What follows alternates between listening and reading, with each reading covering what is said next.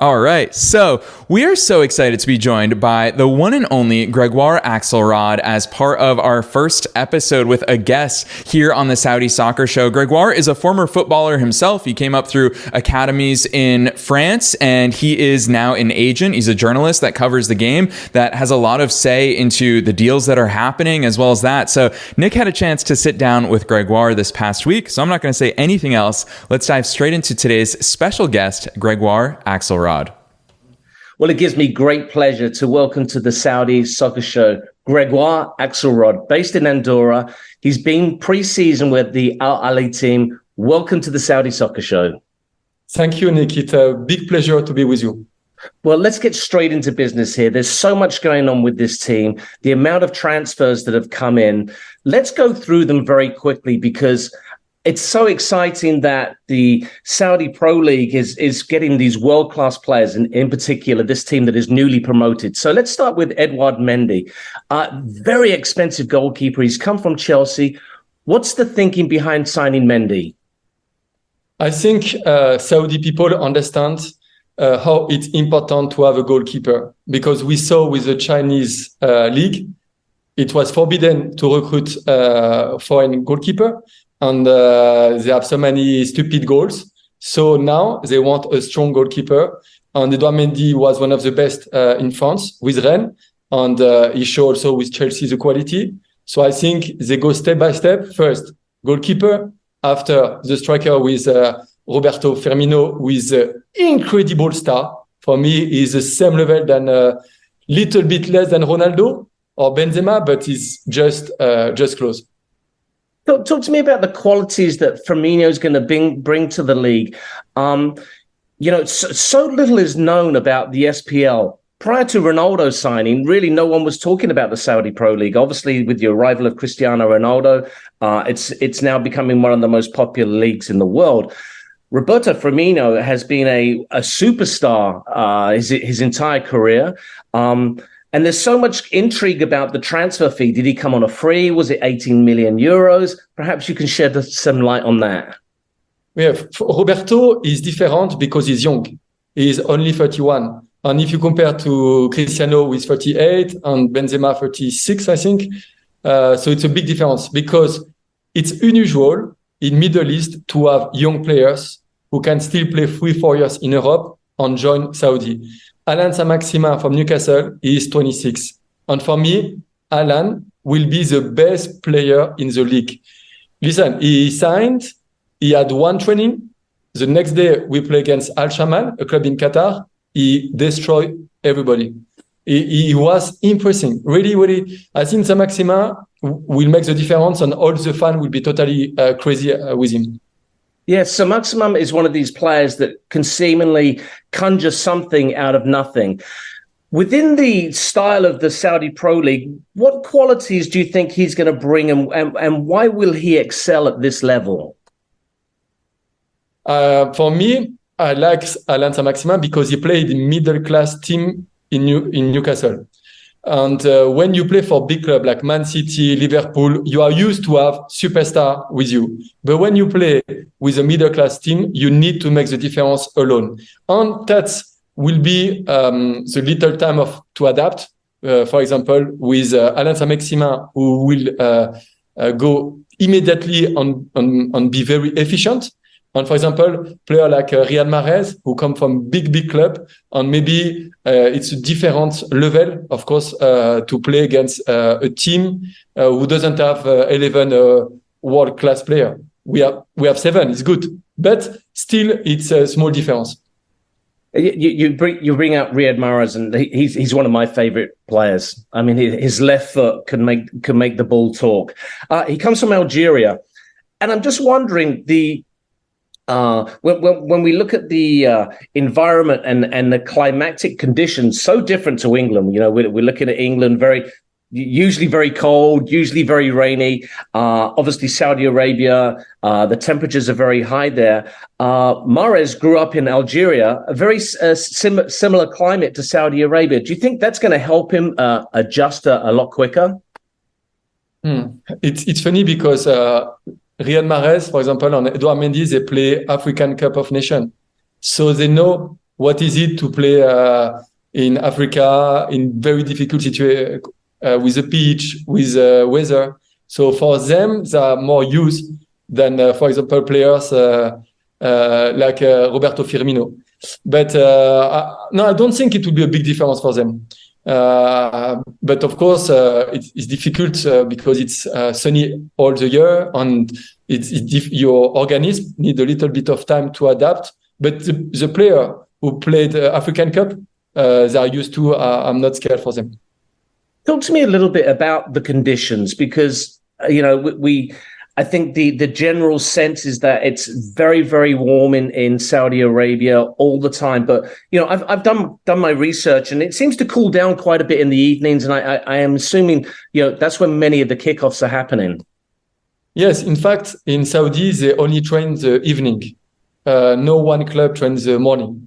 Some coaches try, but it didn't work. And the training is at 7 p.m. In Saudi. So all the day it's difficult for the players. So they have a lot of gym. But in Europe, it's better because you train at 10 o'clock until 11:30. And after you can rest, you can go to bed and sleep afternoon. And now all the day, you need to wait for the training. And when you finish late, you need to eat late after. So for me, it's a small problem to train the night.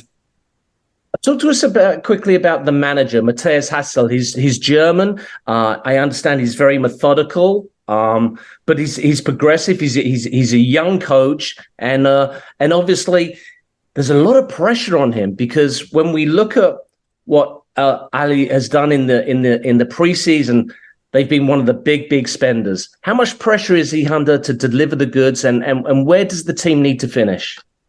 So the pressure is maximum in Saudi for Al Ahly, for everybody.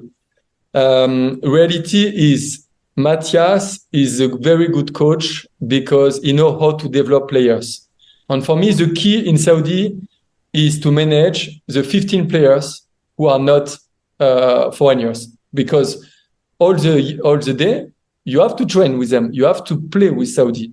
So he will make progress. He will make a lot of progress with them. And after he's very charismatic, very professional. But after Saudi football is different than Austrian football. Huh? So he did well in Champions League, and it will be very interesting to see. But of course, they need to finish top 4. And I think all the fans, they want them to be champion. When you look at the competition in the league, who are the big threats to this club this year? Me, I believe Al Nassr with Cristiano, because he's so a big leader that he can change a team. And after all the team change, I think it's never happened in the history of football to have such a revolution in so small time. Because 6 months ago, nobody wanted to go to Saudi. Really, nobody, before Cristiano. And now, I have so many players, agents who contact me. Listen, we bring Franck Kessié from Barcelona, Roberto Firmino, Liverpool, Riyad Mahrez, Man City. On this club playing second division last year. Imagine if we do the same in France or in England. We take a club from Championship and we bring them so many crazy players. It's never happened, this. It's something crazy, and they have a plan for 10 years, and they are very, very serious. So Saudi is the future. It will be like the NBA in basketball in US. Talking of crazy, I heard a rumor just yesterday that if this league keeps on growing at the pace that it is growing, there's a possibility of an invitation to the UEFA Champions League. Have you heard about that rumor? No, I think they are only focused on their league now. But I believe that the Super League could happen with them, of course. And for the Champions League, I don't know. I think we need this superstar. And in Europe, we are the big loser because we lose the best talent. And when we go to see Man City played, we don't go to see the centre back. We go to see the Riyad Mahrez. It's the same for Liverpool. So I think we will need to adapt. And yes, to bring a Saudi club in Europe to make big games together. I don't know, but it's a big problem, big loss for European football, what is happening.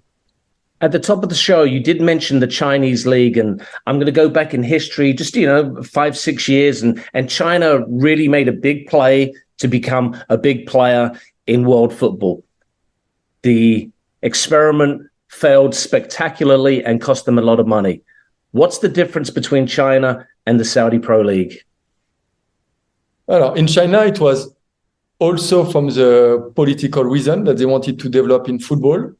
But I think they made the mistake to not sign enough foreigners and to sign them when they were finished, where they were close to finish the career, except some player like Oscar, for example. And also, they didn't develop professionally the young generation. They put everything with the first team.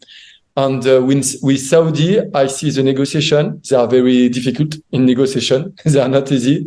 And all the players they take is players who still have 5-6 years to play minimum. And I think they think long term. They already have a big fan inside the clubs. So Al Ahly was already full before Firmino, before Riyad Mahrez. So they have a big fan base. The football was already one of the best in Asia. And China was never won the Asian Champions League, for example, in China. So we are not at the same level. And I think the problem is Chinese clubs, they make partnership with Real Madrid, with big club, but they didn't follow so much. In Saudi, it's real passion of football that we don't have in China. Before I let you go, I'm going to put you on the hot seat. The domestic season begins today. Who's going to win the league? Who's going to win the King's Cup?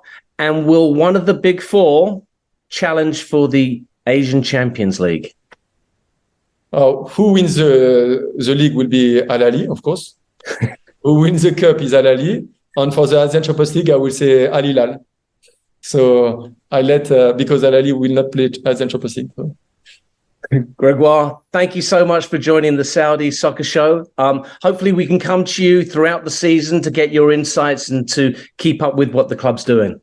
Yes, of course, it will be a pleasure. And I have a lot of friends there, so we can make a lot of things. Thank you. Nick, so many great takeaways from that interview with Gregoire. Kudos to you for really hosting an awesome session from him. The thing that I really liked is he makes it abundantly clear how intentional the Saudi project is when it comes to the Saudi Pro League. And one thing that he said that really stood out to me as someone who got to tune into that interview is he talks about how many of these players, Riyad Mahrez, he talks about Mendy, they've already played throughout Africa. They've already been accustomed to these really tricky situations. And not only does that help them as they get accustomed to the Saudi Pro League, but it also means that the Saudi Pro League is get accustomed to football coming to their region of the world. And I love the contrast that both of you painted between what China tried to do many years ago and didn't do so great of a job at. And Gregoire really breaks down why the Saudi Pro League is a different type of project, one that's really propping up football inside the entire region and bringing a whole new host.